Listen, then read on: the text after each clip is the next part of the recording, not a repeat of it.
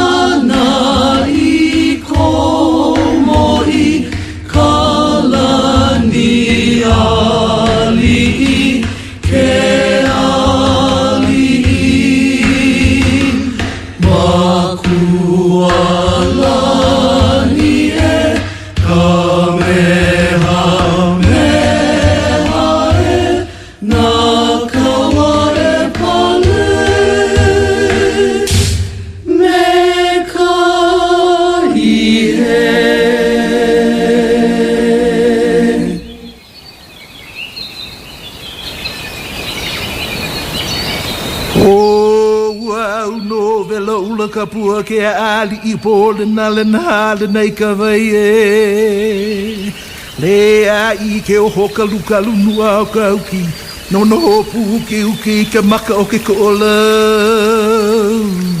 kuva ne pua ke ia ulola loe o la lo ki vai a kana ulu I ka hine I ki huna I maka huna me hai lai ka pili o hueva he mai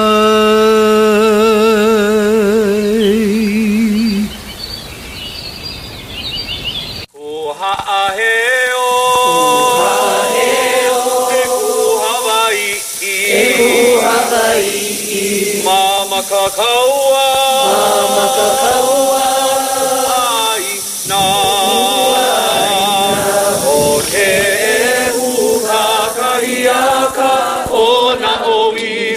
O Hawai'i nei no kuhula e ha'amika ai o la wā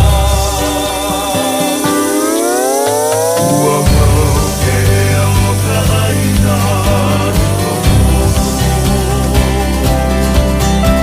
Ua mau ke o ka aina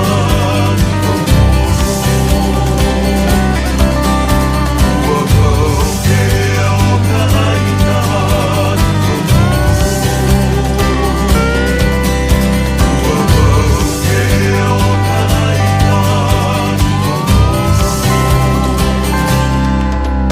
For many years we've sat back and watched as foreigners came to our island. We aloha, that's who we are. But forevermore, we'll protect our own. This is our sacred land, from our mountains to the sea. Righteousness for all of us to be. It's a cry to our people to stand and unite.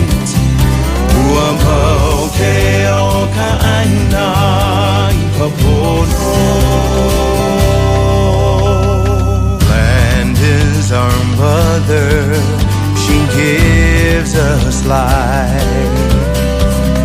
Water is our nurturer, flows deep within. Kamo is our provider, feeds our soul. Hawaiians unite as one forevermore. This is our sacred land, from our mountains to the sea. Righteousness for all of us to be. It's a cry to our people to stand and unite.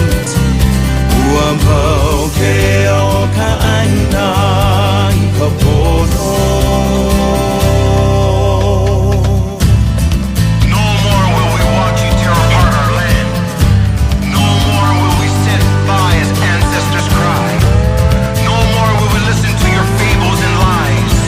Hawaiians united as one, we must stand up and This is our sacred land, from our mountains to the sea. Righteousness for all of us to be. It's a cry to our people to stand and unite.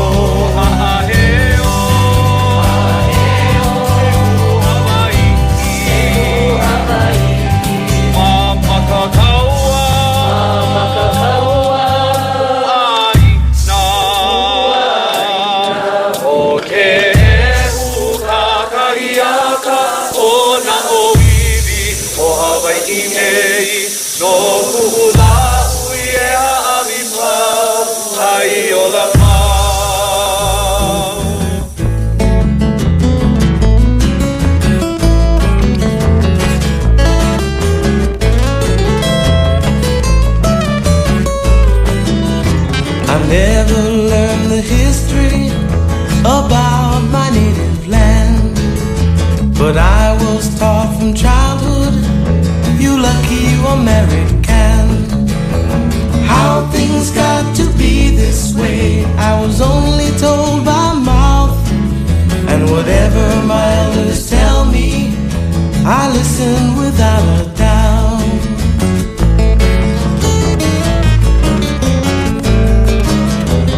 Then I went to prison for getting in a barroom fight. Although it took most of my youth, I learned to read and write. From Captain Cook to all our kings, it was hard for me to understand. But the more I read, the more I learned who tried to save our land. Lily Kaiulani, yes, she's my Hawaiian queen. Aloha, oh you Britain, this song for you I sing. Your desire to avoid our people's bloodshed, 'cause you gave up the monarchy, showed how much you loved and cared for our people of Hawai'i.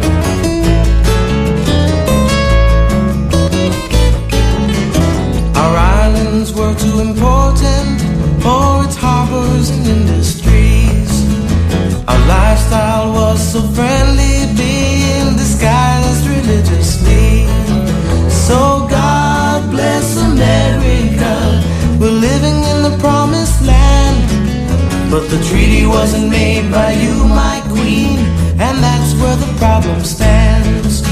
You stood for all our people, oh, you knew where the powers dwell. I love you, Liliuokalani, and I'm proud of what you've done as well. Liliuokalani, yes, she's my Hawaiian queen. Aloha, or you pretend. This song for you I sing. You stood for all our people, oh, you knew where the powers dwell. I love you, Liliuokalani, and I'm proud of what you've done as well.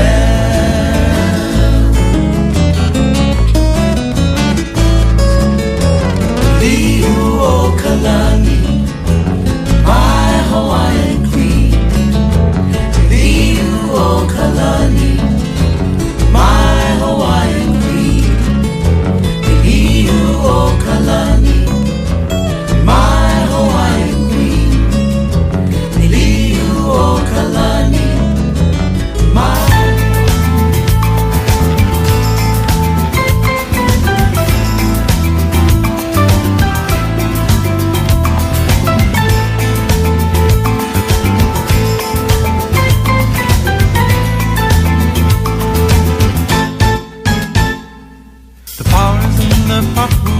That's what my Texan men say. Keep your sights on tomorrow, but don't forget about yesterday. Should you fall, pick yourself up. You got to keep the faith. The power's in the pahu. Let the rhythm show you the way. L.A.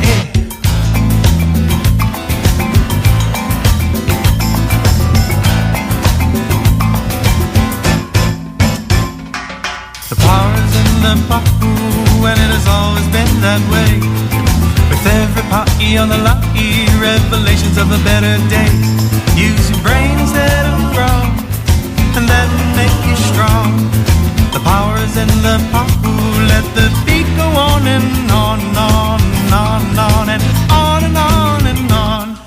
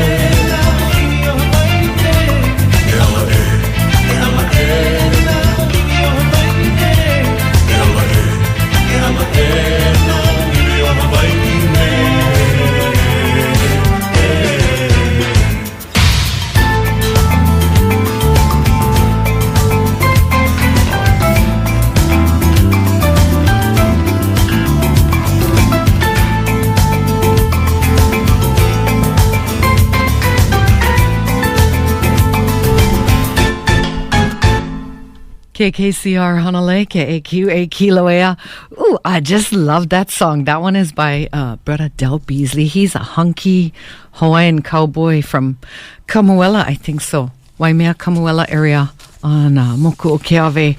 And I love his music, but I just love that song because it's like the perfect combo of, it's kind of jazzy, and yet the music is, the message is real pa'a.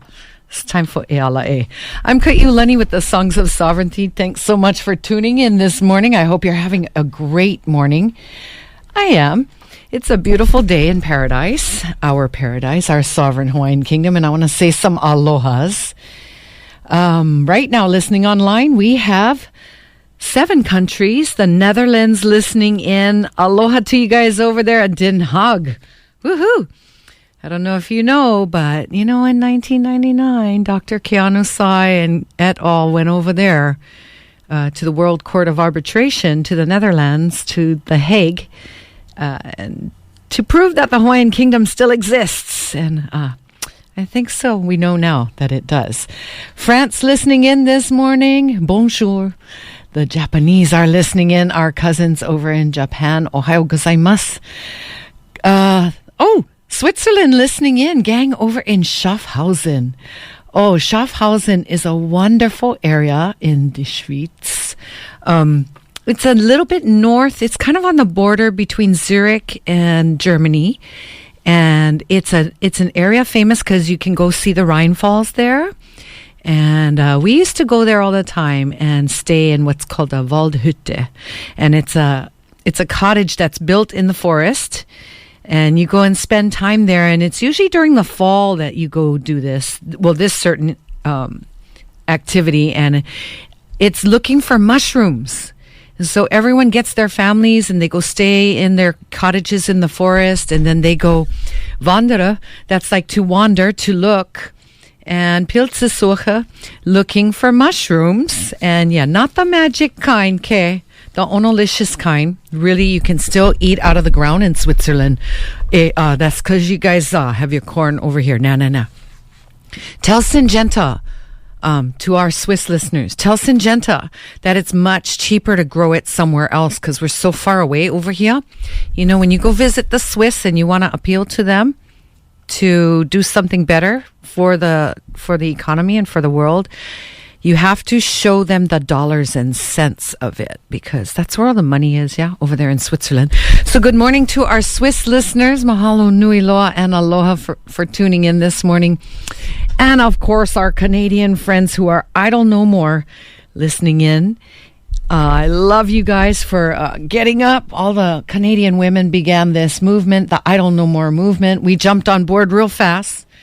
And it is a huge movement that has swept across North America and around the world. And pretty much we're all saying we're idle no more. We're not going to let you desecrate our lands. We're not going to let you steal our resources. We're not going to let you genocide our people. We are idle no more.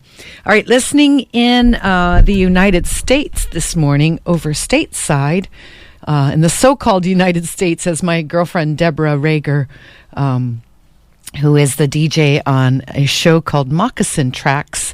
She always calls the place names so-called Vermont, so-called United States, because as we know, all of North America has real names that was given to them by the original people. So we always say so-called state of Hawaii, right? Listening in this morning, Santa Ana, California. Mahalo for tuning in. LA is listening in. Right on, LA. Waipahu in the so-called United States Hawaiian Kingdom. Listening in, all the gang over in Waipahu this morning. Aloha to you. We have Hemet, California. That's a new town. Just tuned in with us a few minutes ago. Much aloha to you. Fort Bragg, California. San Francisco, I love you. I love the city. Aloha to you over there. Edmond, Oklahoma. Locust Valley, New York. That's a new one for me. So much aloha to you for tuning in to Free Speech Radio, Kauai Community Radio, sending you our aloha all the way across the United States over to Locust Valley in New York. The Dallas, Oregon. That's a new one for me too. Aloha to you this morning. Stanwood, Washington. Tucson, Arizona. Salinas, California. Wenatchee, Washington. Clearwater, Florida is tuned in. Who's that? Do I know you over there in Clearwater, Florida? Port Jervis, New York. Sunnyvale, California. Irvine, California. San Marcos listening in. I know who that is. You guys know who that is. It's Christy Oligiamo listening in over in San Marcos this morning along with her husband Will. Aloha to you guys. I'll see you guys in like a couple weeks. Oops, I let that cat out of the bag. Christy and Will are coming back to Kauai. Woohoo! Good times. Urbandale, Iowa. Rohnert Park, California, Seattle, Washington, Eva Beach listening in. And I gotta tell you, Howe Bush is my absolute longboard, small wave place for surf. I don't know if you guys can still surf down there, though. There's so much development. I haven't surfed over there a long time. Hayward, California. Chico listening in. We love you, Chico. Jonesboro, Indiana. Mill Valley, California. Bend, Oregon. Oakland, California. Viejo, California. Sherman Oaks listening in. And I see some of you guys have been tuned in for like days. You're just letting it run, on your computer. Look, the gang in the Netherlands have been listening for 1 day, 20 hours, 26 minutes, and 30 seconds. Woo! That's a long time to listen to our community radio station. Mahalo, that's a great compliment. St. Louis, Missouri. Oak Creek, Wisconsin, listening in this morning, as well as all kinds of people. It just says United States. Mahalo nui loa for tuning in and supporting free speech and community radio. We are broadcasting live here in the rainforest in Hanalei in the sovereign Hawaiian Kingdom. And if you're just tuning in, a first-time listener, you need to know where you are. If you've just arrived on our fair shores, you have landed in the still sovereign Hawaiian Kingdom. This is not America. This is the illegally occupied Hawaiian Kingdom, illegally occupied by the United States military-industrial complex. Now, I'm getting messages over here. Mahalo to everyone that's tuned in online this morning. I almost forgot you guys. So Dave and Sue are over in Washington, D.C. Also Herman and Don listening in this morning over in D.C. Woohoo! Washington, D.C. No more. You guys not a state. You know more your star. I got an idea. Take ours. Okay. Kaiulani, Sonora, and Honolulu listening in this morning. Aloha to you, Tita. Pono, my dear friend, Pono, and our videographer that has documented everything. If you want to see something that went down, you only got to find Pono. Ke aloha. Michael listening in this morning. Aloha to you. And over on Moku Okeawe, the gang at Big Island Brew House, I think they just tuned in. You guys, I miss working at Big Island Brew House because, you know, in you pauhana, you get one big pint of pale ale. Their Overboard IPA is the bugger. It is the ono-licious kind. And I have a caller, but I can't take your call right now. Can you call back in just a couple minutes? Because we're going to do something new today. I want to say special alohas to my aunties out there listening in. Millicent is one of the aunties listening in, Auntie Nani. But Auntie Louise and Auntie Sandy Aole Giamo, they came up with this phrase called Auntie's Breaking News, and there's a meme, and it's really cool. So I've decided to steal your thing, girls, and we're going to do Auntie's Breaking News every week on Kauai Community Radio on KKCR. So I have a list of breaking news. First of all, personal scoops, breaking news regarding myself. I finally found a place to live. Mahalo nui loa for all your prayers. I really appreciate it. Very grateful. Cute loft I get. Ooh, right in town. Kind of different being a townie. Because you know me, I like to live in the boonies, right in the rainforest. And now I'm like right in the mix of it. And it's wonderful. Also, I want to say a big mahalo to the gang at Wahoo's. Irene and Joshua, especially Joshua. So they just opened a brand new laundromat and it's really nice, very clean. Nobody stay over there. So I do my son's laundry and he got choked. So I take them all one time, put them in the laundromat. And I forgot all his towels, every last towel. And only on Kauai, I called him up maybe 12 hours later when I realized. And brother was like, oh yeah, I get them for you. I'm folding them for you right now. We're going to leave them in the office. Just come get them. Only on Kauai. Everywhere else, somebody would be taking those towels, right? So mahalo nui loa to Joshua and Irene and the gang over at Wahoo's for doing the rest of my laundry. Okay, I'm looking for information on the Palace event on Sunday. So if you have that info, you can post it on Songs of Sovereignty page or personal message me or call me here, and someone's been really trying to call here. You're going to have to wait. Sorry, T. So sorry. But you're just going to have to wait for a minute here until we get through this. Oh, you know what? I know who that is. Okay. I'll get to you in just a moment, Tita. Okay, so we're in the middle of Auntie's breaking news. I did my personal scoops. And so now let's get into our breaking news. We've got some stuff going on. Let's talk about, first of all, our Maui taro farmers are kicking some butt over there. A dispute over, this is from Hawaii News Now, a dispute over diverting water from Wailuku River landed a Maui taro farming family in hot water. In 2003, John and Rosemary Dewey put a pipe in the Wailuku River in to get water for their taro. The ditch that watered the farm in Iao Valley was blocked, and a former state water commissioner gave them permission to install the pipe, they said. He said, do not disturb the land or the river. If you can just put a pipe in there and get water, then go ahead, says Rosemary Dewey. The pipe diverted 26,000 gallons of water a day and for years presented no problem. Until Tuesday, when the State Commission on Water Resource Management threatened to fine them $4,500 plus $1,000 a day for future violations if they didn't take out the pipe. I'm just a taro farmer. $4,500, says Dewey. I think that should be fined against a large company, but definitely not against a small kalo farmer like myself. After hearing their story, though, the Water Commission reversed course, voting unanimously to reject the fine and grant the Deweys a permit for their pipe.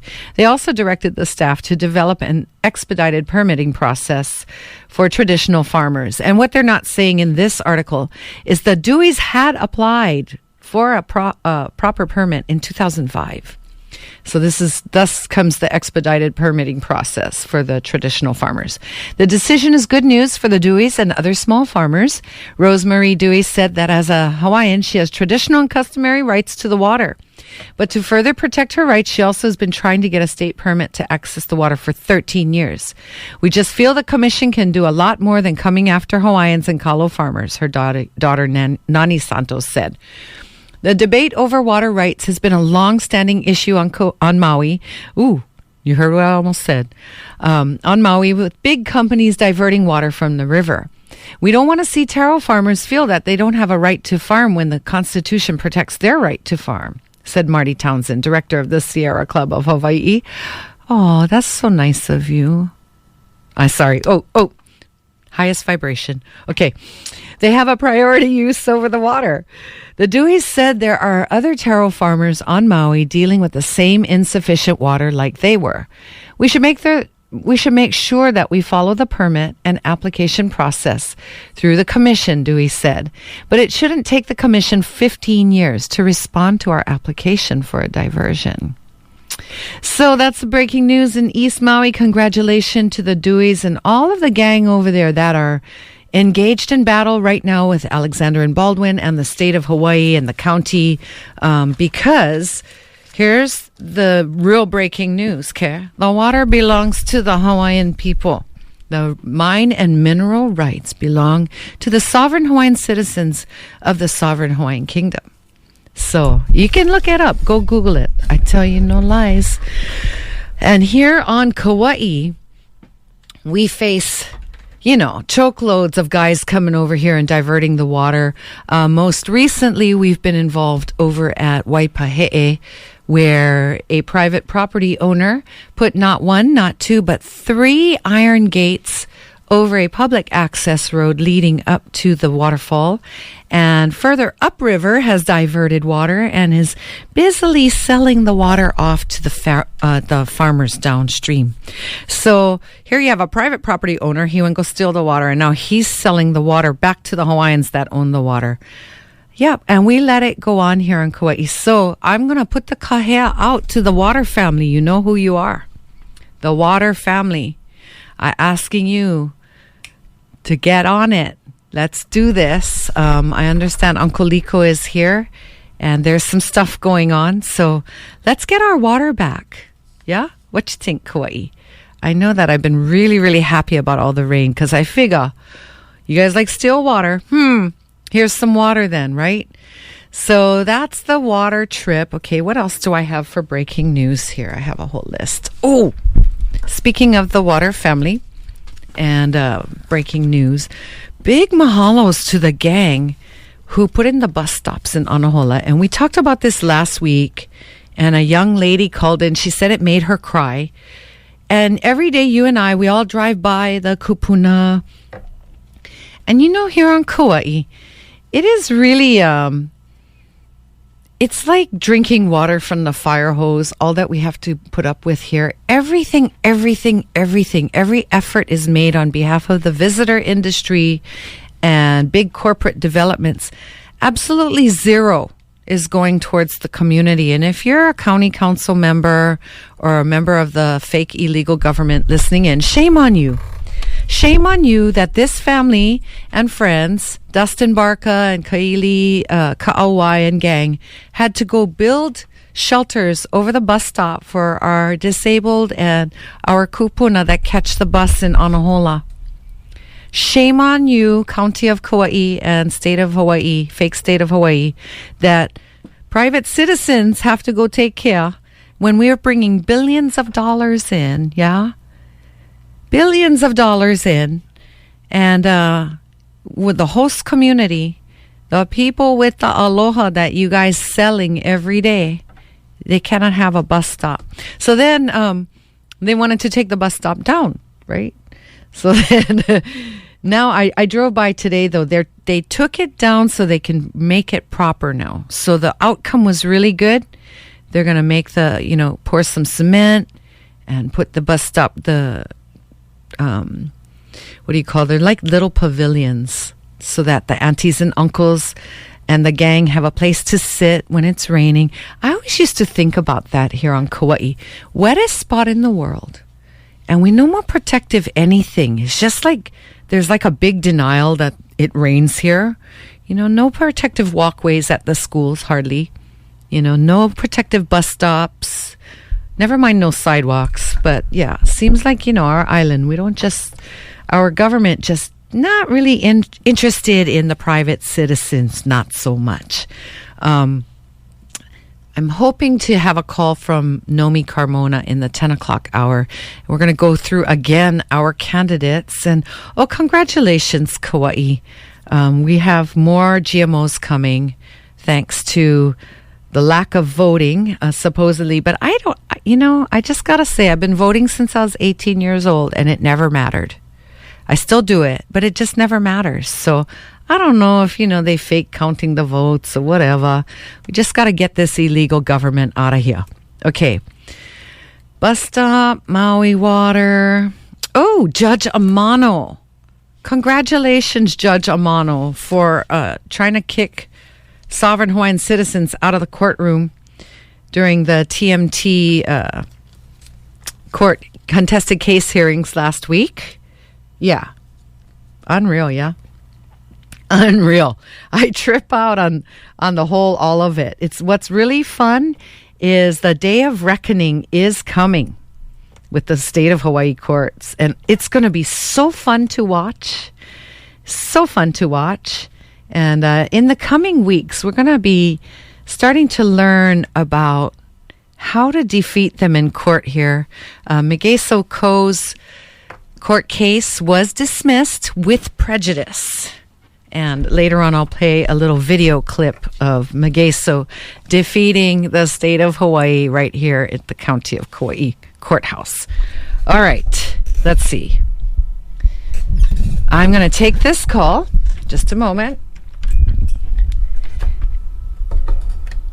Aloha, you're on the air.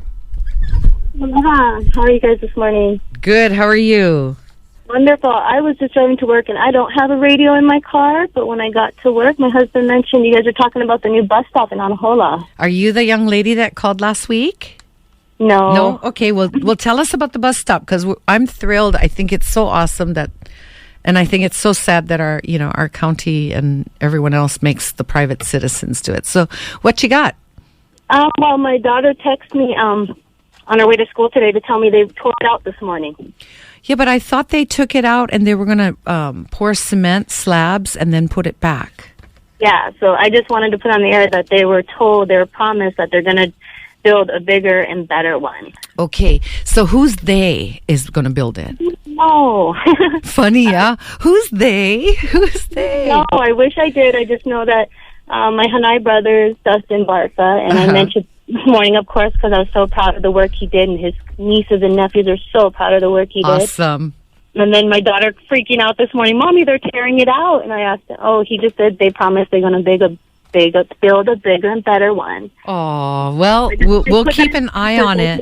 They said, so I just want to put that on air and hope they do a bigger and better one. All right, well, Tita, I'm going to give you a little assignment. If you can do this, I don't know if you get time, but if you can find out who they are and get a telephone number to me, we'll hold them accountable. I'm going to say them on the air who we got to call if they don't keep their promise.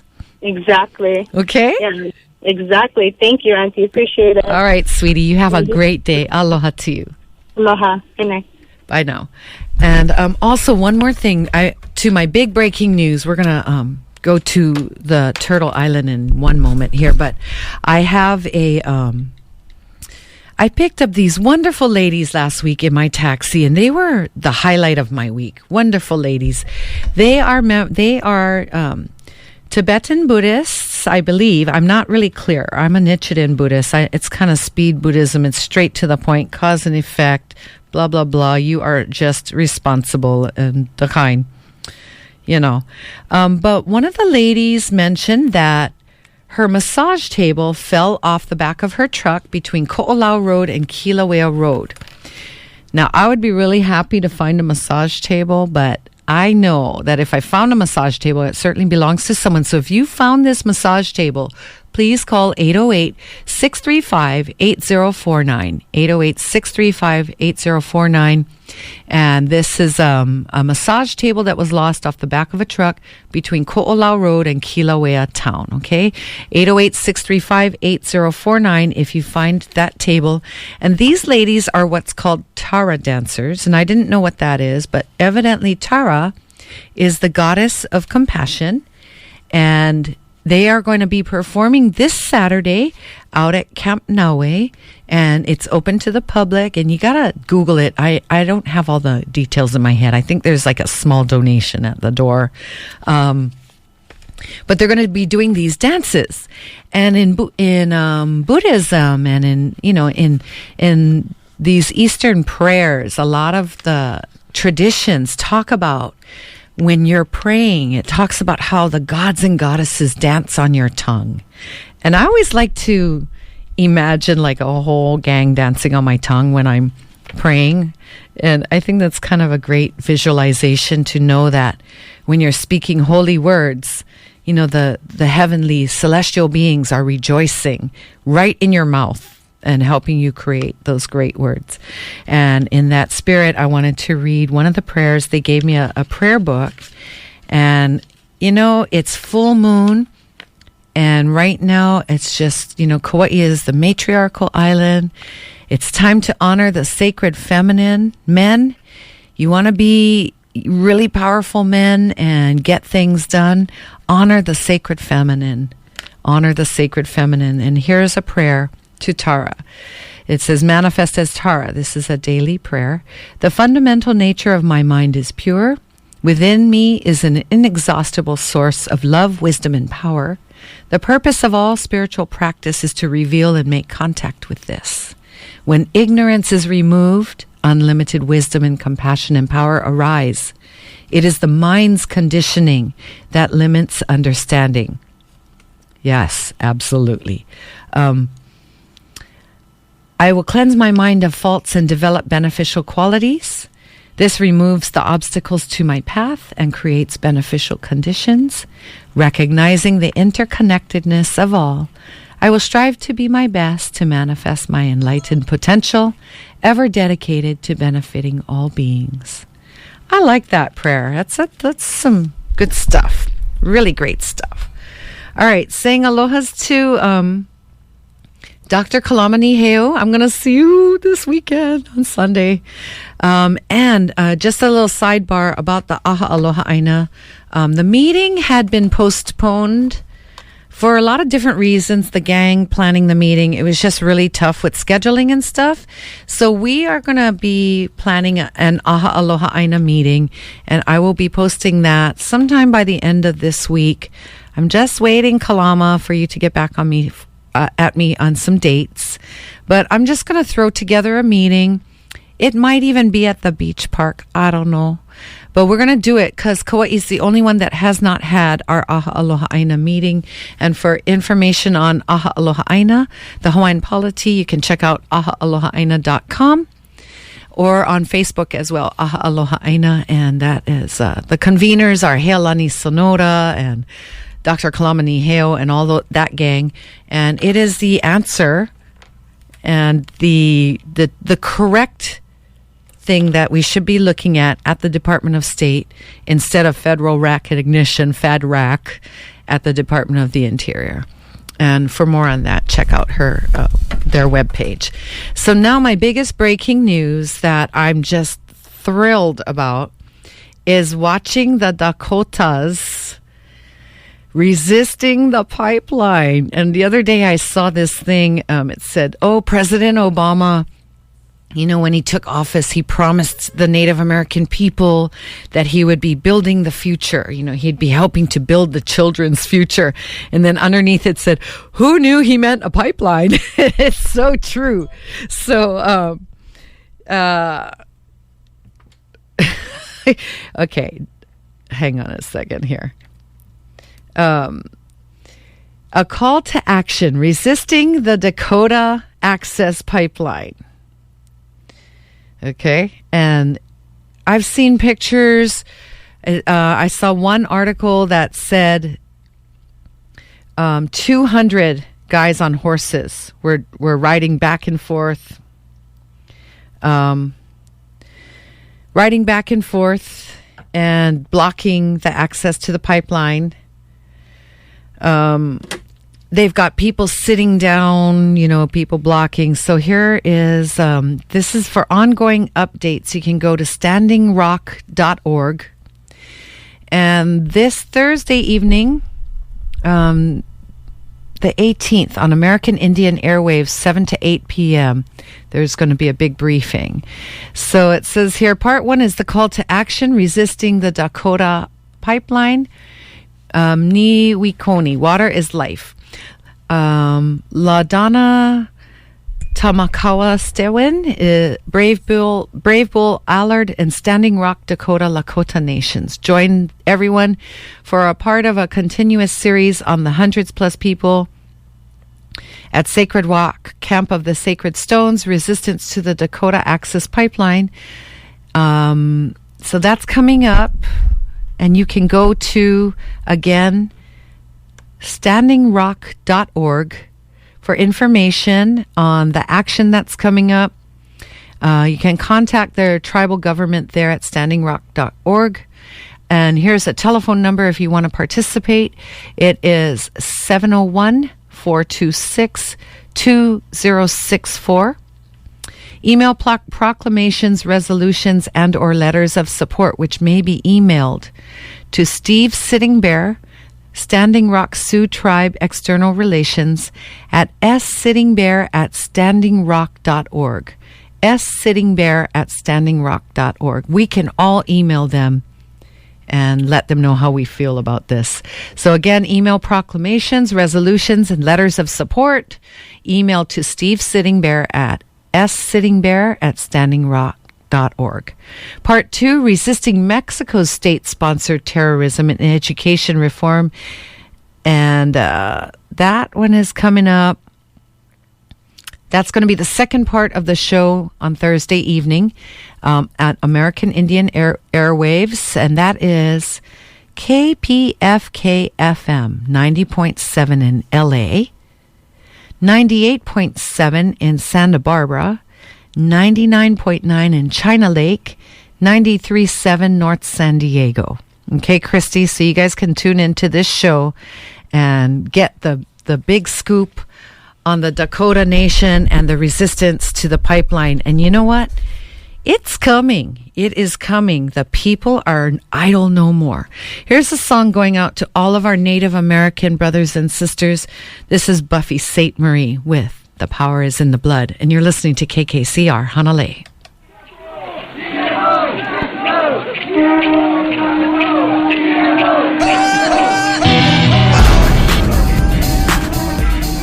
Power in the blood.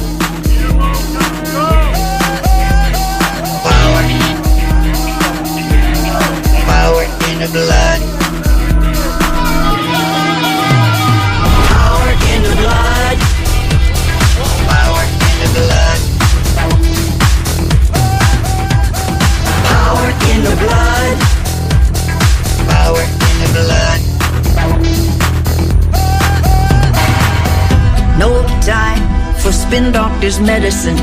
Corporation government selling me some cover-up.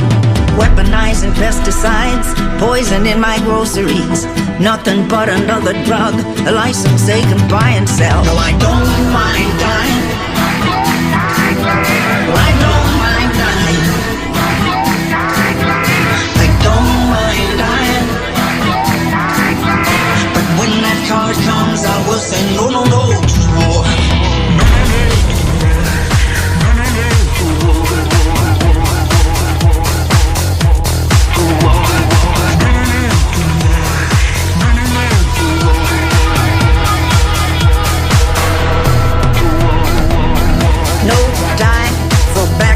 Compliments from television anchormen, desperate for incident. Real estate assassins exploiting our predicament. Everything depends upon it being in their interest. So I don't mind dying. I don't mind dying. I don't mind dying. But when that call comes, I will say no, no, no to war. No. There is power in the blood, justice in the soul. And when that call comes, I will say no, no, no to war. Power in the blood, justice in the soul. And when that call comes, I will say no, no, no to war. There's military interest, there are GMOs in paradise, bioweapons high upon the caution. Young soldiers driving tanks, but old thieves, they drive the banks. And you never see a uniform on Wall Street. There's power in the blood.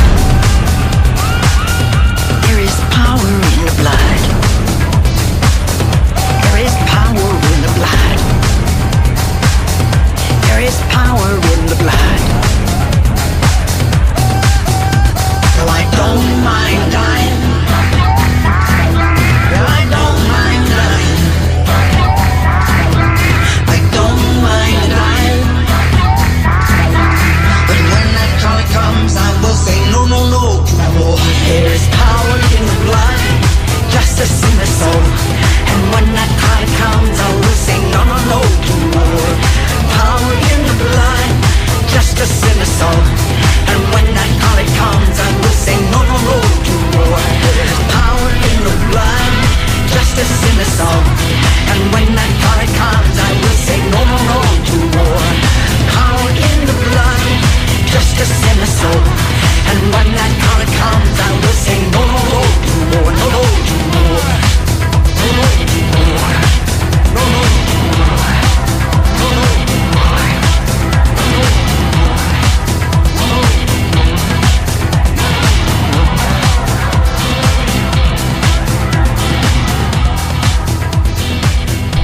That's right. There is power in the blood. Buffy Sainte Marie. I love you, Buffy. How you doing? You're listening to KKCR Hanalei, KAQA Kilauea, and I'm a dog person. And I have a lady on the line who's missing her dog, your best friend. Where'd you lose your dog? Well, she's in Hyannis. She was right before the tall pine trees going out towards the end of the road. Her name is Lola. She's a tiny little white and tan and gray Shih Tzu. She doesn't have a collar, but she has a chip. She snuck out the banister, and she was wandering on a little back road, and she must have gone out to the main road. And I think maybe someone picked her up to protect her. Okay. Her name is Lola. My number is 635-7727. My name is Susan. And please, if somebody sees her, could you please call me? I'm really upset. Anyway, Hyena, right by the tall pine trees, right before the tall pine trees. So is that like Kanaha by tunnels or further down? It's right around there. It's a little bit before tunnels. Okay, I know where. Okay. But anyway, and she had gotten out to the road, and somebody probably picked her up to protect her, I'm hoping. And when they get this message, they'll call me. All right, say your number one more time. The number is 635-7727. My name is Susan. The dog's name is Lola. Tiny little white and gray and tan Shih Tzu. Okay, well, we'll be praying for you, Susan. I would be devastated. I'm going to go check on my dog right now. I'm so sorry. I hope you... Could you make the announcement more than once? I'll do my best. Let me have your number one more time. All right, 635... 635-7727. Yeah, if you could do it a couple times, that would be very helpful. All right, Susan. Thank you. Aloha to you. Bye now. Yeah. All right, if anyone sees that little dog, please give her a call. Again, her number is 635-7727. Susan, missing her dog. So, poor thing. I would just go nuts. Anyway, we're going to get to the top of the hour in just a few minutes. Let's have one more song to get us there into the 10 o'clock hour. Coming up in the 10 o'clock hour, more information at about 10:45 for all you Frank B. Shaner fans. We'll be playing Adventures of Leimomi. So keep it right here on your free speech radio station, KKCR Hanalei.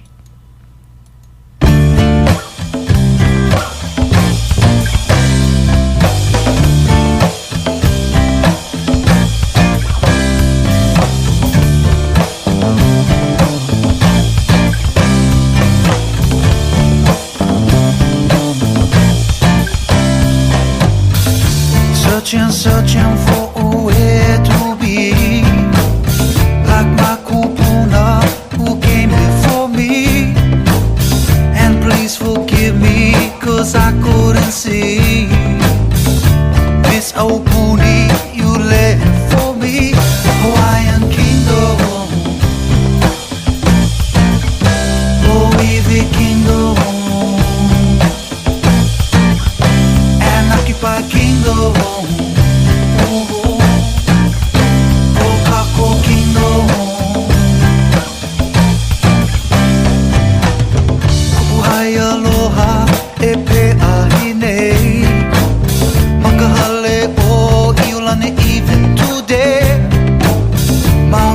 Kahana alili oe ola mauloa ke ia o punine. Hawaiian kingdom,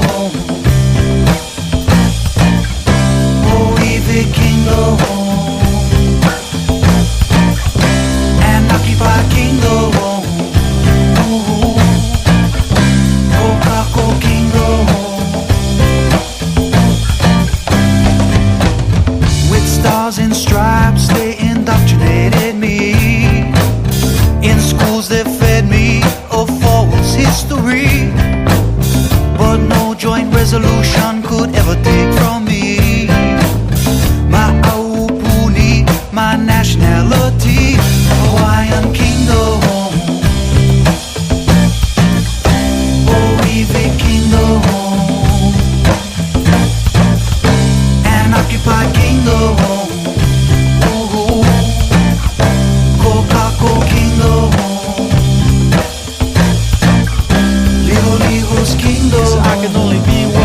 That I am.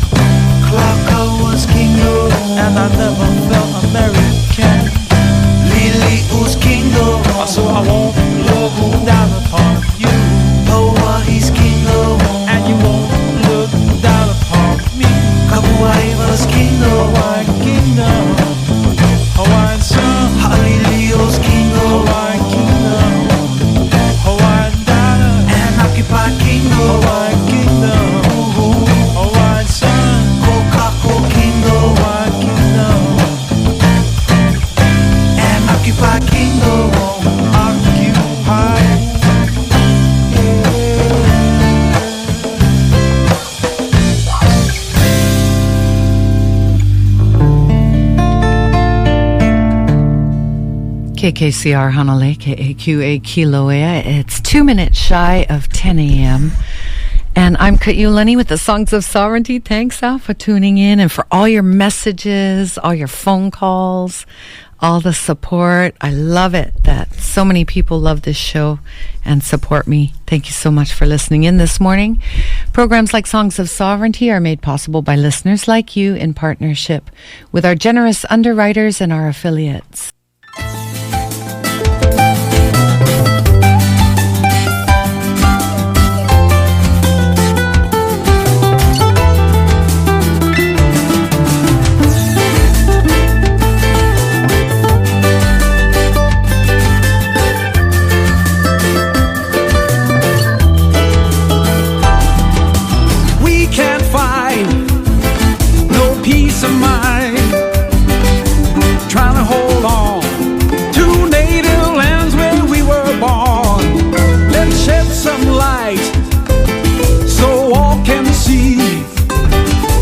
What went down in Hawaii's history when they came and they locked away our queen, marching in with their guns and their greed. What a sorry way to claim their destiny. Kanaka Maoli, get up and see what's going on. We're growing strong. Inherent sovereignty is our true destiny. It was meant for you, our children too, and their children too. Hey-ha, hey-ha, hey-ha.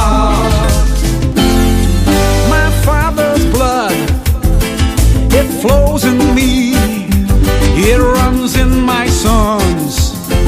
It's living in their seas. We gotta educate, all learn and do our part. Come together now, from the mind and from the heart, from the soul, the very soul of you. Naka, naka, what are you gonna do? Can't you see, it's up to me and you. Kanaka Maoli, get up and see what's going on. We're growing strong. Inherent sovereignty is our true destiny. It was meant for you, our children too, and their children too. Hey-ha, hey-ha, hey-ha. The voices of ancestors call from your motherland. It cries you, remember where you're from. Our younger generation's fate is resting in your hands. My only daughters, my only sons.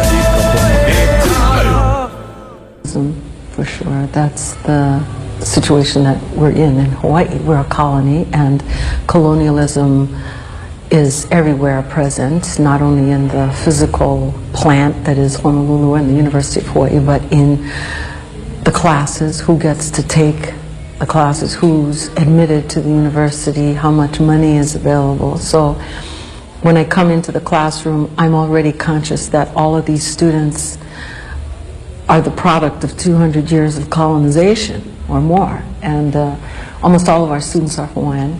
So it's an audience that is aware of their historical subjugation. They're aware of it. They may not have the word colonialism for it, but they're very attuned to discrimination against Hawaiians, to the sovereignty movement, because right now we're in maybe the middle of a 20-year struggle. They are conscious too, because of the movement, that they are at a distinct disadvantage compared to all the other students, because they have to carry the burden of responsibility to the lahui. They can't just be individuals. That's not allowed. And they don't think like that in any case. So they have the burden of the obligation to finish their education and do something constructive and supportive of the people. Most students who come to colleges, wherever they may be, don't feel that. Black students probably do. American Indian students surely do. But definitely white students are individuals. They are, if at all, obligated to parents who pay for it, or to maybe a family name, but they don't have a lahui, they don't have a nation. So it's a burden to both come to the university and to graduate, because the expectations at this moment in our history are very high. And those expectations are not only their parents, they're mine.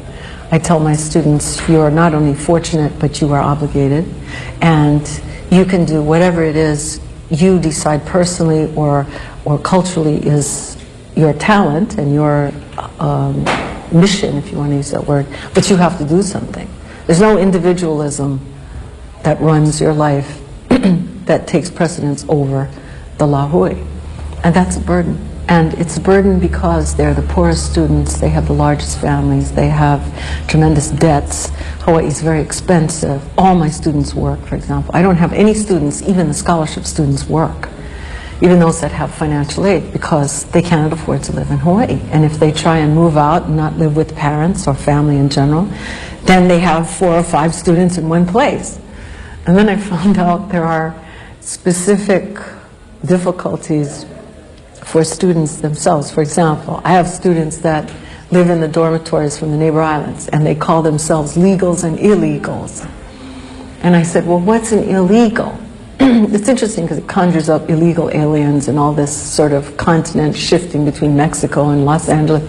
And their answer was, an illegal is someone who doesn't have a dorm room and who then goes from friend to friend and sleeps on the floor, because the dorms are a very high priority for neighbor island kids, and if they don't get it, then... And I thought, well, this should give me a sense of appreciation of how difficult it is to come to school if you are sleeping on a hard floor or in a roll-up, mattress. You have no sense of home or place. Even though Hawaii is your place, that doesn't mean that you have a place on the campus.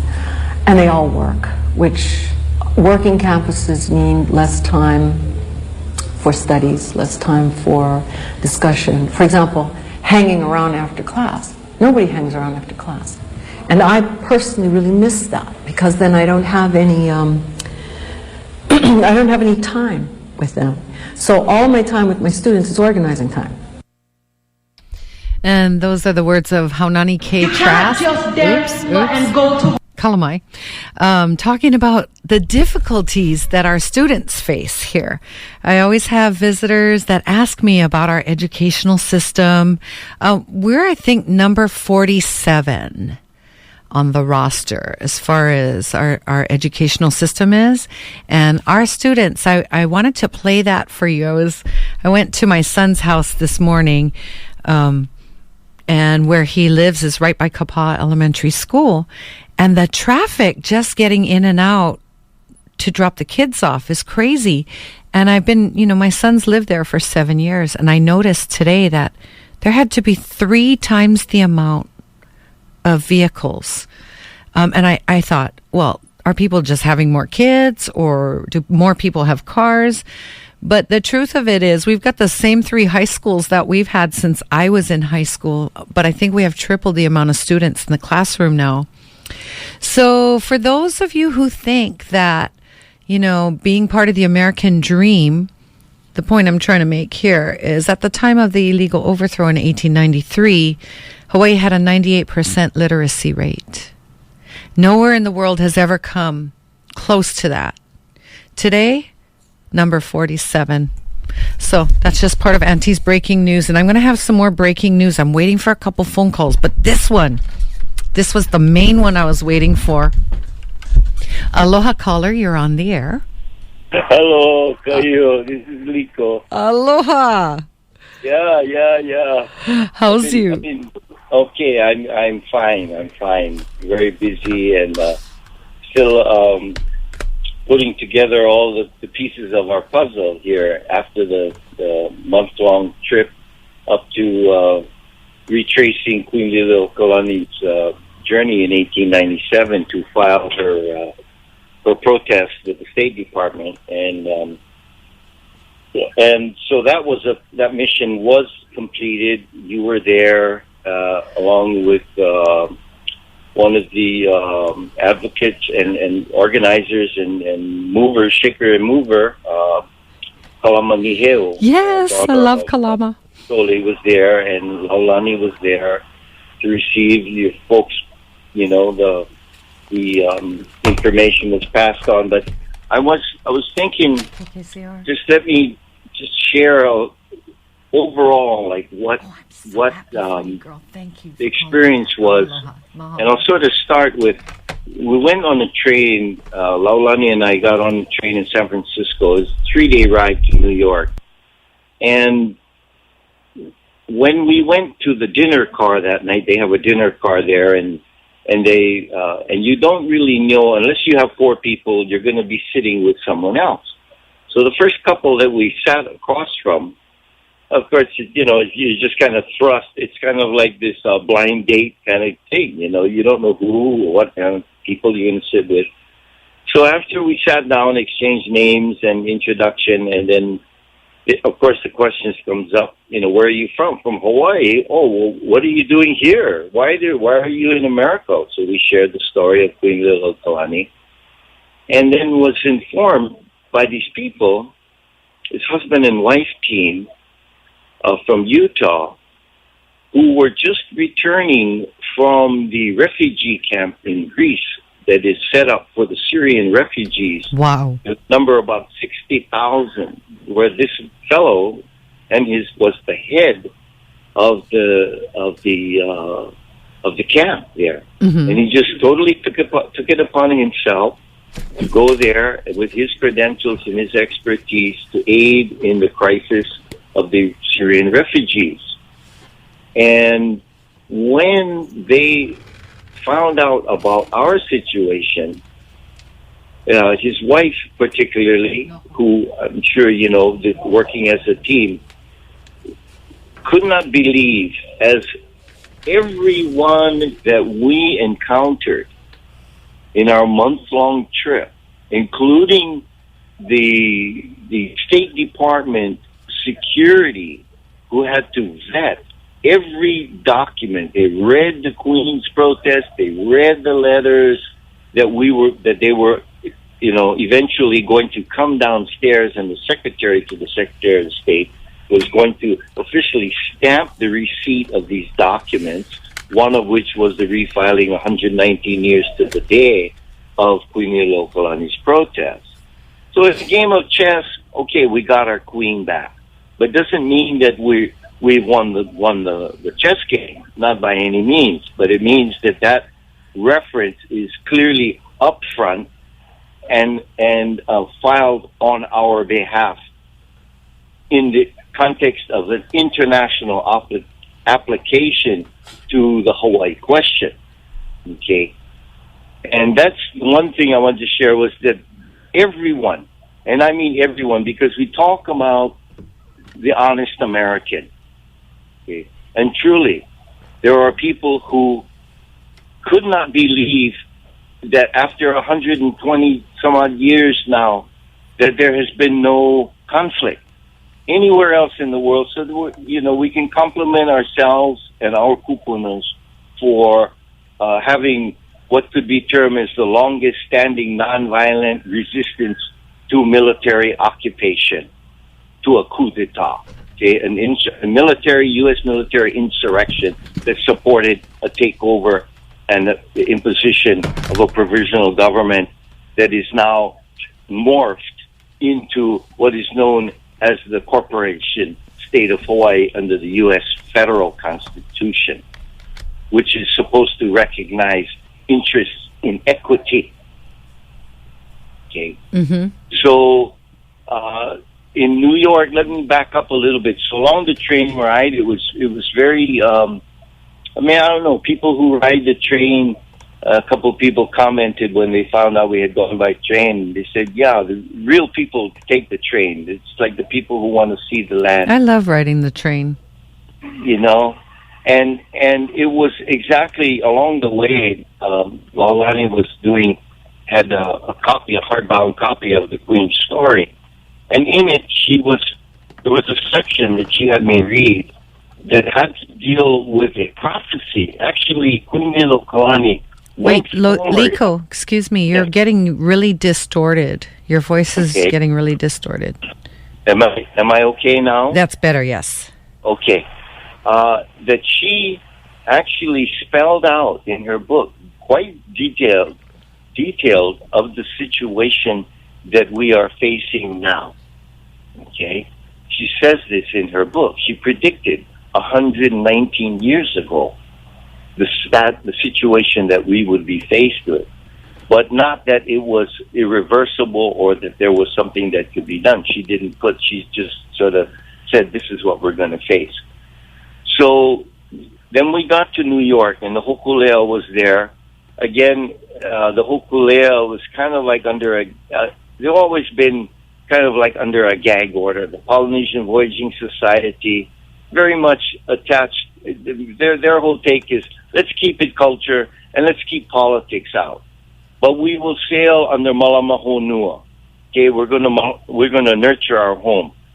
When Laulani and I somehow got through the whatever to sing Eddie Aikau's song at the ending of this closing ceremony for the Hokulea in New York Harbor, right there on the harbor, that is the question that I posed before I sang the song. Since this is a voyage, to saying Malama Honua, then how do we chart that course to Malama? And of course, I got kind of stared down by one of the PVS guys. He didn't appreciate some of the crew members insisting that I sing All Hawaii Stand Together, which made their voyage political. So, anybody who's trying to get away from it, you really can't get away from it. Okay. Now, in New York, there are, talk about refugees. Why is there a larger population, almost 300,000 in number? Okay, I'd say it actually is more than 300,000 of the totally estimated 500,000 population Hawaiians. And I won't say Native Hawaiians. We are nationals. Yeah, okay? I don't say Native Hawaiian either. This is a Hawaiian National Liberation Movement, not a Native Hawaiian.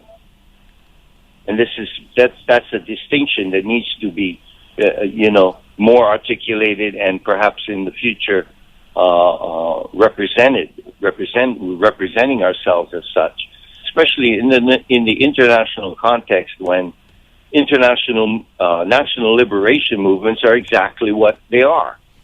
It's a movement to liberate the nationals of a country.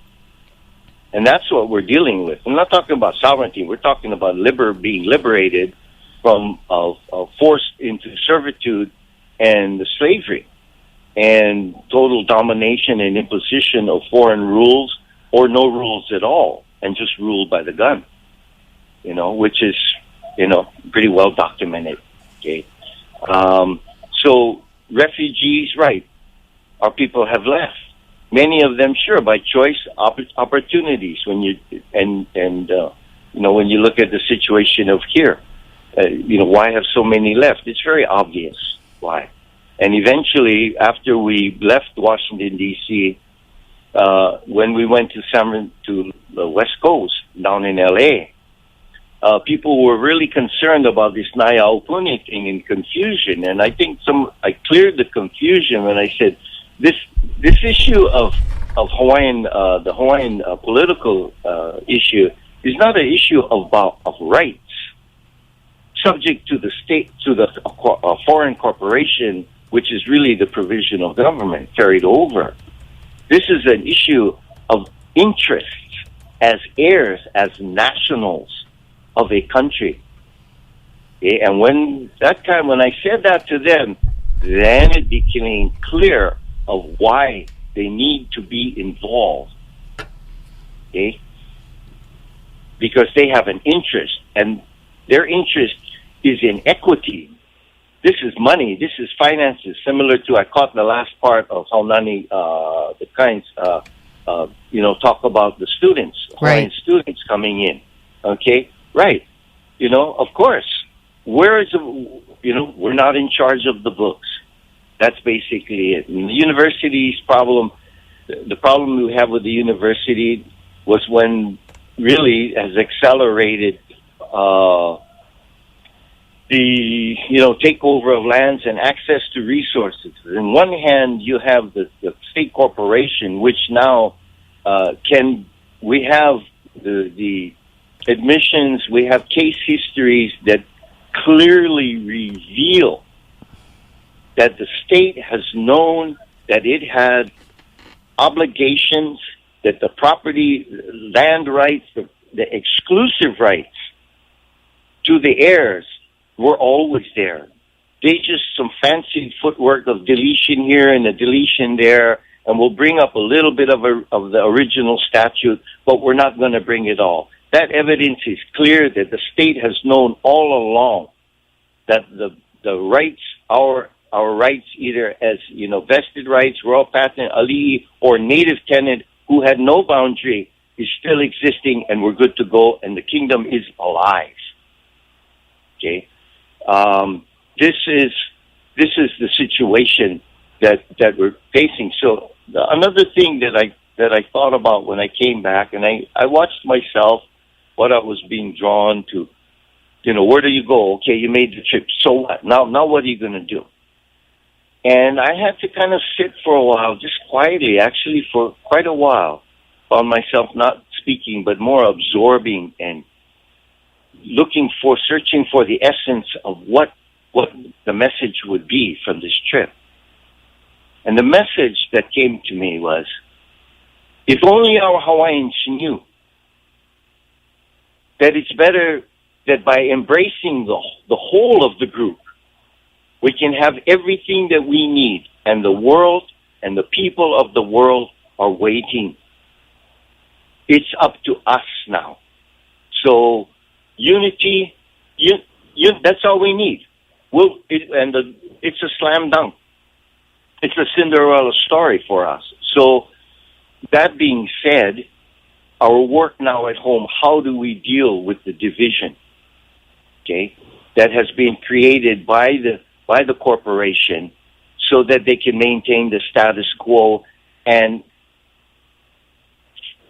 coerce or trick, whatever the words you want to apply to it, because of economic hardships people work for, that we can create a tribal group that will be governed by the Interior Department and by the rules and, certain enactments of Congress, and of course by the state of Hawaii, which is, that's the situation that we're dealing with at home.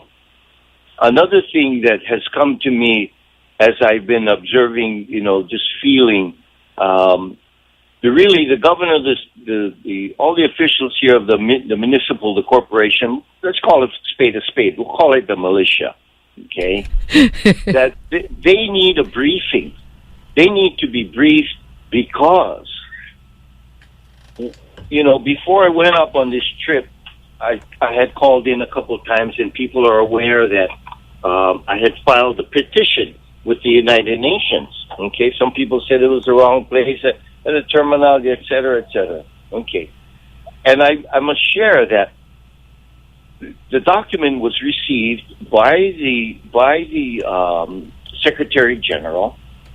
It was received at the State Department, and it was also received along with 6 videotapes from Namaka in Geneva, just after two meetings were held on the question of Hawaii. And Professor Chang actually went up and was able to attend one of these meetings along with Leon Seal. So if anyone thinks that, nothing's stirring out there on the other side of the ocean, anywhere else in the world, you need to be aware that the United Nations has got its eye on Hawaii. I gotta say, Liko, when you briefed me on your petition, I was high for weeks, and I kept reading it. My copy is tatters already. Carrying it around. I read, for our listeners, you'll recall that I had been reading you excerpts of the petition itself, and you can find this petition at likomartin.org under links and goodies. That's where, yeah? I guess so, yeah. UNGA resolution. I don't fly the plane. Yeah, there's a navigator for that. But, and, there are, people don't really know that there are major players that have been in the international arena for years. Quite a few of us in the international arena, and the Hawaiian question, I think that's what they call it, the Hawaiian question is very much being discussed in the international arena. Yeah. And why that's important is because Hawaii, really right now, we should be the East-West Center, the so-called UN of the Pacific, was kind of where our kingdom was headed, right? So it was there. I mean, we're a neutral. We are actually a neutral territory. Right. We were the fuse in the power box, just in case somebody, that was the whole purpose for designating and the kingdom acceding in 1864 to become a neutral territory. That's Geneva 5, rights and duties of neutral powers. Okay, so we still have that. Okay. Yeah. And of course, that would affect RIMPAC and other things. But let me back up a little bit more to give people an idea. So here I was trying to get this petition to the president of the General Assembly, who has the duty to then move that through the procedural into the General Assembly, and my document was rejected once, and I went, wow. Then when I got to Washington, to New York, went to the FedEx, mailed it right from New York, and actually after going down to the United Nations and finding out what did I have wrong, the address, I spoke to somebody on the phone. They said, you send it here. And they said, okay, you got to send it here. So I mailed it there. But lo and behold, it was sent back. Now, what was that telling me? And I was kind of like, okay, well, where do I go from here? And so what I noticed when Laulani and I went on a tour of the United Nations, which was very informative, is that it closes at 6 o'clock. And after 6 o'clock, it reminded me, all of a sudden, all these people coming in, and they were, multinationals, mostly, a lot of, looked Asian and it kind of reminded me like, wow, it's kind of like, okay, it's 5 o'clock. Let's go to the bar. There was all this activities watching this, and I thought it was kind of strange. So I just sat with that, and so I accepted. Okay, they didn't get it. So what's next? all of a sudden I received an email sent to me of a development that took place while we were in New York, actually on the train to D.C., that the current president of the General Assembly is involved in a bribery, Asian bribery money coming in. That's Bang Soon, okay? And that he is to be replaced in September by a person who was made the president of the General Assembly by the first time ever that there was a vote. Normally, it's just kind of consensus. Okay, we'll give it to this. Africans will, and it's kind of like continental. And for a long time, South Africa, in that part of the world, the presidents would be, or the Secretary General. Now it's gone to the Asian.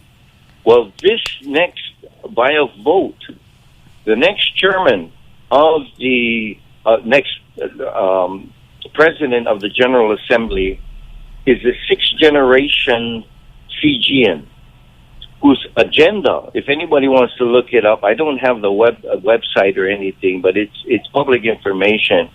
His agenda is dealing with saving the planet.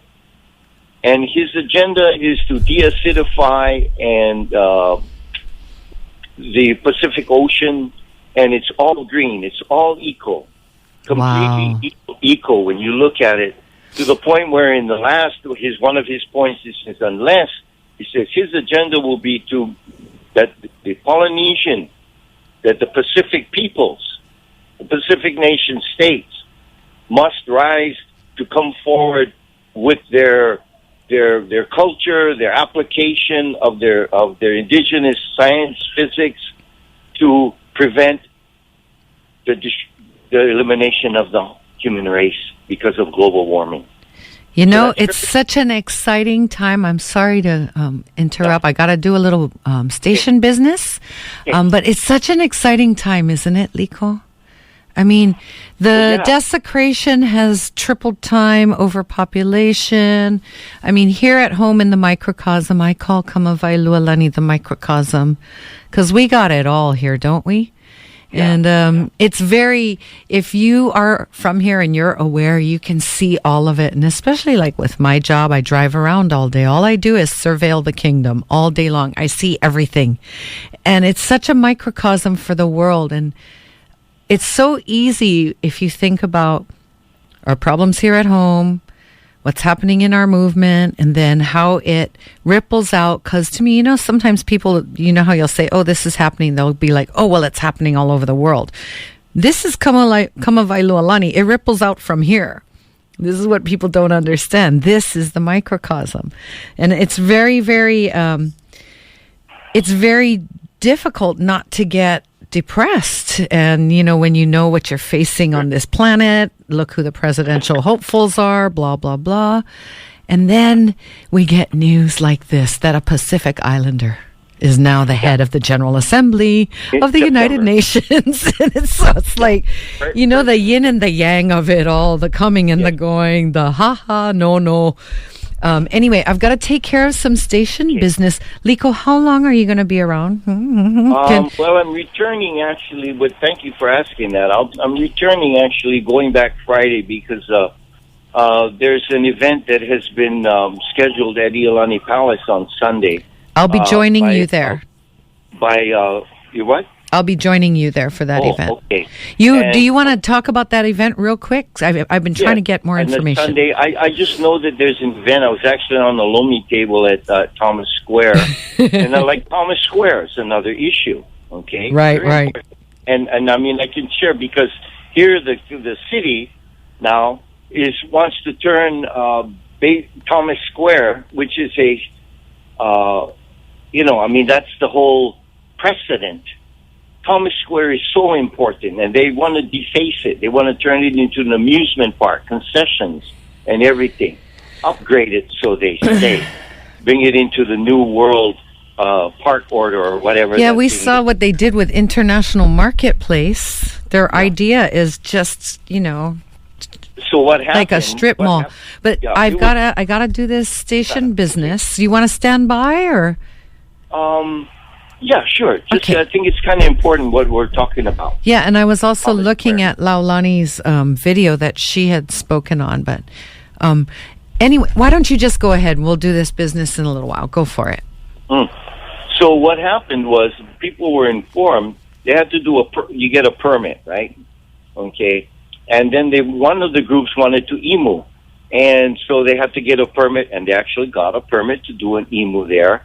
And then all the information about this proposal to turn Thomas Square, like with the statue of Wilcox on a horse and everything, and it's like, excuse me? You know, it's just like all this bizarre representation of our history to maintain the status quo with really not, you know, honoring the significance of Thomas Square, which is, in essence, a wake-up call for the United States and the international community, especially Great Britain, that, you know, there's a precedent for when someone does something just like their sea captain came in and said, I'm just going to take it. It's mine. This is the precedent, and whether or not they're trying to erase it or just disregard it, it's just a part of history. That's all it is. Okay. Well, it's more than that, and they actually backed off the next day because there was a huge meeting there, and there was some people from the city and county of Honolulu who came by, and I guess what they heard was that if you want to have a standoff right now, you're going to get it. Keep coming. And they backed off. It came out that Kirk Caldwell said, oh, well, we're not going to pursue it because it's an election. Well, of course it's election, but they're still got it on the books. It's not going to go away. But just for them to propose that, and I actually sat in a meeting with the developer, and they listen, you know, like they always do. They have a meeting, and they listen to you, and then they just go ahead and do what they're going to do. How many Section 106 meetings did you and I sit together here on Kauai? Yeah. And all they really did was use our names. Right. That's all they did was give our names over to... Yeah. You know, so... Yeah. Anyway, I will see you on Sunday at the Palace. Okay, if not will before, maybe I need a ride from the airport. So hey, give me a call. I'm going to come in sure Saturday night. I'm not sure exactly, but Francis Boyle is Bumpy is organizing this. Bumpy Kanahele, right? Foundation of Hawaii, and Francis Boyle is going to be available, I guess, to the public out in Waimanalo on Saturday. And you know, I met Francis Boyle in 1993 at the tribunal, 500-year tribunal held in San Francisco against, you know, to bring some attention to 500 years of Columbus. And since then, of course, he's become very, very close with Bumpy and has our issues in that regard. And I would be, basically, he has said, and it's very well documented, that he would be willing to take our case before the International Court of Justice. Well, as it so happens, we've already, you know, the U.S. is not going to, you know, agree to be a party to that case. Of course not. But we already have the ruling in the case of Namibia with South Africa, who duplicates our case. And the two reasons why South Africa, basically, you know, the colonial empire of apartheid and servitude and slavery to take the resources, had to leave on two main points.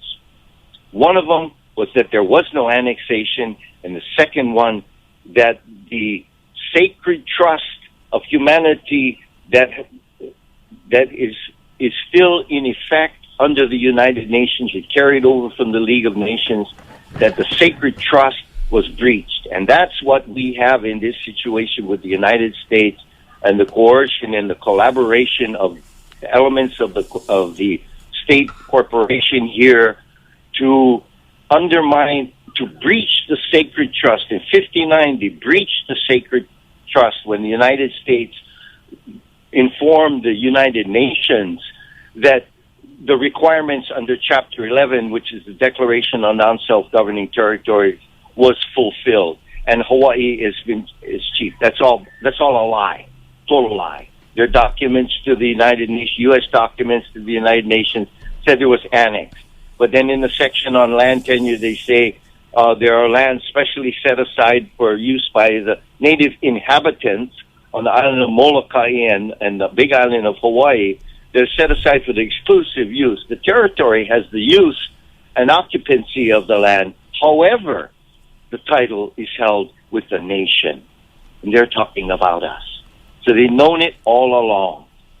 And with that... So I just wanted to share that, okay? That's really... That's like, everyone take a moment to digest that. The truth is out there, like they say on the X-Files. The truth is out there. Excuse all the listeners, but, you know, I mean, it's a whole lot, but it's very factual. It is what it is. In the context, it is what it is.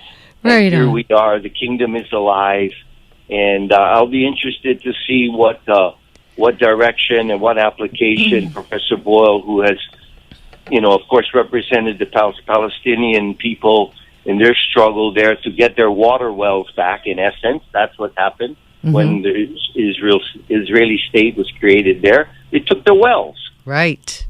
They'd had no water. I met them when Donovan and I went to Boston. Yes. And that's what's happening here. They're taking our water, and we're on the streets, or refugees, or in the prisons. All right. So I'll leave that with everyone, and everyone have a great day. And again, for all the people, you know, out there, I know that there are some great people here on Kauai. You know, have come here from the United States, other parts of the world, continue to, and I think that it's, you know, some of them have sort of acceded that it's time to help the Hawaiians. It's time to put them in charge because it's too expensive to hire a yard man. So we'll close on a laughing note. Okay, so I love you, Liko. I'll talk to you soon. I won't have to pay taxes on the land that's theirs anyway. Oh, my gosh, I'm going to go for this.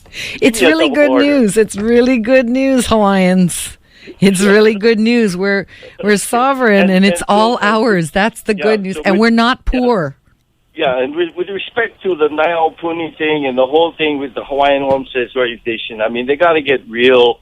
I mean, you know, there's so many people who are in need, and Hawaiian homesteaders and the people, they have their needs, but others have theirs.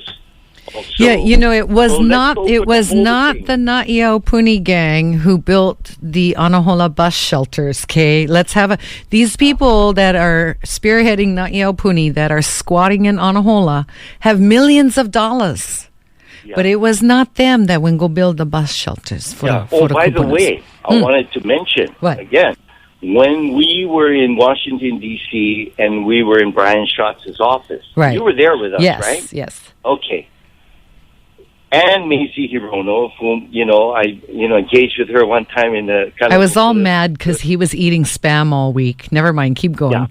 Yeah. And so, but what people need to know is that when we actually sat down with Brian Schatz and sat down with the staff member of Maisie after she happily wanted to take a photo op, and they know our agenda, they know me, that they were relieved because the jacket that's been put on them, Inouye is gone. They don't have the power that Inouye had to buy the votes. And they are very uncomfortable with this issue of what the Congress's duties are. Are they going to create an apartheid, servitude, slavery, tribal entity out of a few Hawaiians whose national origins have never been extinguished? No, because we're not going to let them. And let's keep that humorous note. People who vote and who are in that system need to know that the representatives up there are not comfortable with what's happening within the Hawaiian homes to create and create a tribal government. No tribal government. We're a sovereign kingdom. They are not comfortable. They were very especially Maisie's aide, who was just, you know, she was They were thankful, truly thankful, relieved. And like was said to us, when we went to the Interior Department, where this group is going over there and making all kind of special land swaps and all kind of things, he says, well, you know, those guys they're the only ones who have the money to go. And the most revealing thing about it was when he said to us in the meeting in the Interior Department, this is the Hawaiian element of it, he says, well, you know, I guess Robin Downer or the people they went straight to the president. And I turned to him and I said, you mean President Obama? And he said, and he got very quiet, and he said, yes. And I thought of Watergate. Okay? I thought of Watergate because how can the president sanction something and do something which powers are reserved to the United States Congress? Ooh. All right. Okay? Well, all right. So anyway, have a great day. And I love you. Honolulu. I will see you on Sunday, if not Saturday night. Okay. Okay, love you. Right. Aloha. Aloha. Hui ho. Hui ho. And that was my mentor and partner and favorite person in the world, Hawaii's bard, Liko Martin. We recently went on a journey together. Well, I went on partial of the journey, but he started out on the West Coast and took the Queen's footsteps by train all across the United States, and then went to the UN in New York, and we met up in Washington, D.C. to refile Queen Liliuokalani's red ribbon letter, her letter of protest against annexation, that was filed in, what do I want to say? Why? Oh, you know what? Somebody's phone is ringing, so somebody's left a cell phone in here. Sorry about that. I totally lost my chain of thought. 119 years ago, June 17th, 1897, Queen Liliuokalani made the journey across the United States to the Department of State to tell them that she wanted her kingdom back. Give it back. You guys stole it. And you can read that red ribbon letter and also Liko's filing to the UN at likomartin.org. Just check out links and goodies. And coming up at 11 o'clock is Democracy Now! And it's funny that show follows my show. Anyway, we're going to do the last two chapters. Actually, we'll go 3 chapters of Adventures of Leimomi, and then we'll start it again next week. We did have an interruption because, I was gone. But this is Frank B. Shaner's Adventures of Leimomi, and it's the story of the overthrow told by a bunch of different characters, all of the voices, of course, done by Frank B. Shaner. So here you go. Let's check it out. Here we go. What chapter are we on?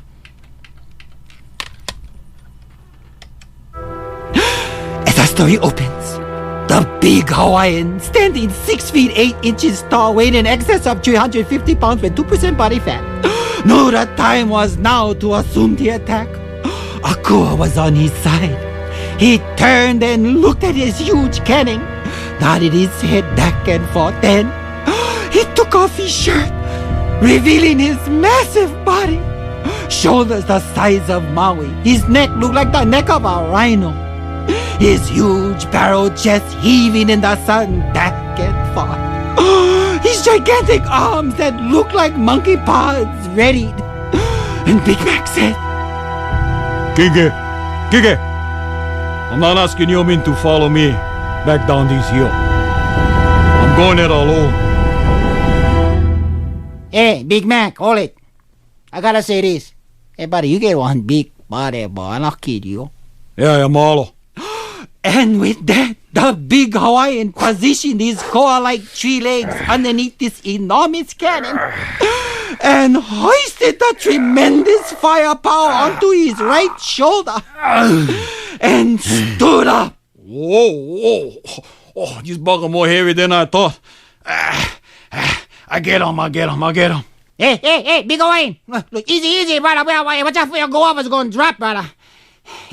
Hey, Big Hawaiian, let me just tell you, the Borinki Nation are going to dig out on you. Plus, you need someone to light the wick. Yeah, right. That's going to be my job right here. Okay, all right, now, hey, get ready.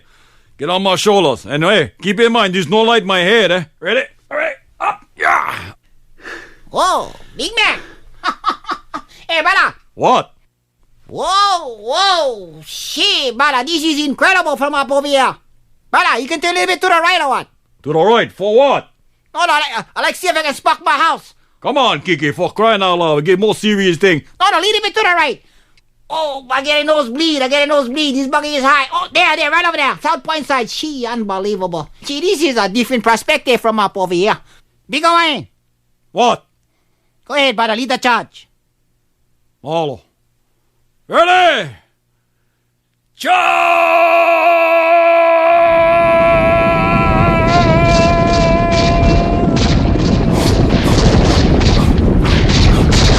And the big Hawaiian went sprinting down the side of the bluff, followed by the Bodiki Nation. Look at him, big back! Fire and the cannons roared. Fire! Big Red and his boys couldn't believe what they saw and was stunned by the swiftness of the attack. Fire! It was over in a matter of minutes. Leimomi was saved and the town of Punaluu was liberated. We're free! And before you knew it, everyone was partying at One-Eye Jack's saloon. Yee-hoo! The food was happening. Everybody was just excited. The town of Punaluu was finally liberated. And the mayor of the town, Mr. Wolfart, got up to address the crowd. Oh, thank you very much. First of all, I just want to say my gratitude goes out to our Big Mac Kanak for liberating town. We're so indebted to you, our Big Mac Kanak. Now, me being the mayor, always at the most important time like this, I like to share with you something very, very unique. But before I do that, I want to call up new family member. He a number one man. He saved the day. Please, everybody, a nice hand for Bobo. Come on, you come up here, you big boy, you. Big boy, Bobo. Mr. Bobo, we're going to begin inside our family now. Matthew, he's not going to do what I think he's going to do, is he? Oh, for crying out loud. Bobo? Hey, watch out, Bobo. Yeah? You pull my finger. Watch out, everybody back away. Then, Mr. Wolfart, that Chinese person, did something that was simply amazing. He started to play his favorite tune. Everybody, clear away from the stage. Let's go move back by the bar. This is going to get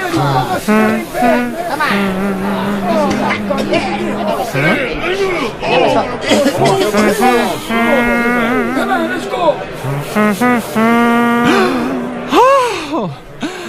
The pungent smell of Mr. Wolfart permeating once again through the One-Eye Jack saloon. Isn't that interesting? Look how he's manipulating his fingers. Stay tuned as we continue the continuing love saga of Love Island Style, starring Leimomi. Aloha.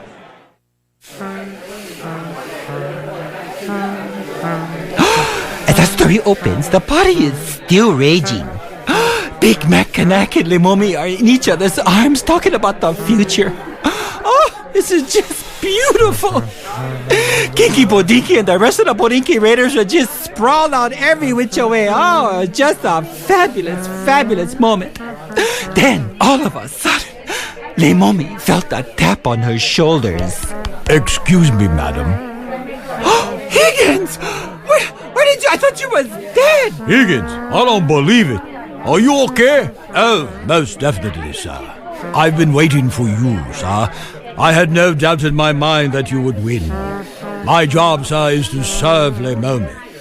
Hey, Brother Higgins, you do a good job, let me tell you that right now. That's what I've been hired to do, sir. Is to stand next to Leimomi and protect her through harsh times and good times. My name is Higgins. I come from good stock. I am here in this great land of Hawaii because you, sir, and you, madam, want me alongside of you. I am here, and to everybody in this entire room, I am Higgins, the butler. Get him, Higgins. You're the man, fella. No question about it. Yes, and after you left me at the hotel, madam, I had to crawl on my belly across the great expansive Ka'u desert. Snakes and scorpions were my friends. That's what it was. You better flip it It was a horrific time for me, Higgins, the butler. The bottle. Basically what I do, I bottle. That's enough, yes. Hey, Higgins. Gee, brother, gonna make ass, huh? Well, madam, I believe I made a fool of myself. Oh, don't worry about it, Higgins. We understand. You're with family now. Now, what's on your mind? Madam, I hate to remind you of the time, but the Queen is waiting for you in Honolulu, and the last ship leaves port in 30 minutes. You must be on it, madam. Oh, Matthew. Lemomi, I will ride with you to Black Sand Harbor. Higgins, good job. Bring the carriage around back. We'll meet you back there. Lemomi and Big Mac slipped out the back of the saloon to the waiting carriage. There, both entered the carriage together. And the carriage pulled away. Lemomi, this is the first time we've been together in a long time. I'm on my one good knee, Lemomi. Lemomi, will you marry me? Oh, yes, I will, Matthew. Yes. Matthew? Yes, Lemomi? Would you like to pop this right here? Mm-hmm. Okay. Go for it, you big monster. Oh, easy. Oh, yes. Oh, don't you just love this champagne? Lemomi. Oh, Matthew. Lemomi. Oh, Matthew. Lemomi. Matthew. Lemomi.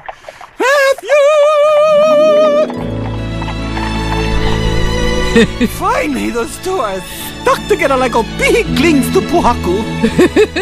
Stay tuned for the final climax of Love Island Style starring Lemomi. Aloha! The Adventures of Lemomi. We've got one chapter left. We'll be playing that next week at 10:45. So be sure to tune in if you're a Frank B. Shaner fan. I just love it. I sit here and crack up. I crack up all the voices. That's all the same guy doing the voices. Anyway, it's my pauhana. It was really great having you join me today. Thanks so much for tuning in from all over the world. Let's just go look one more time. I got a couple minutes. I love to look at this thing. It's called Centova Cast. Oh, it's doing its little flip out thing right now. But last I looked, we were just joined by the country of Colombia. So the Colombians are listening. Aloha to you over in Colombia, as well as Netherlands, Germany, Switzerland, France, Japan, and Canada, all listening in this morning. All our friends throughout the United States, the so-called United States, all of our gang throughout the still sovereign Hawaiian Kingdom, ko Hawai'i pai aina. Everyone who's joined me online this morning, Facebooking with me and sending me messages and texting me, thank you so much for tuning in this morning to Songs of Sovereignty. And we'll be back next week with more of Auntie's Breaking News and more stuffs for you. Be of good cheer. I think Charles Dickens wrote that. It's a time now because, so easy to get bummed out, about all the stuff they're doing around here to our aina. Never mind all the poison they're dumping on us every day, but, real easy to get distracted. Keep your focus. Keep your eye on the ball. What's the ball? Being sovereign. Be a sovereign human being. Have your sovereignty within yourself, and it echoes out around you. It ripples out around you.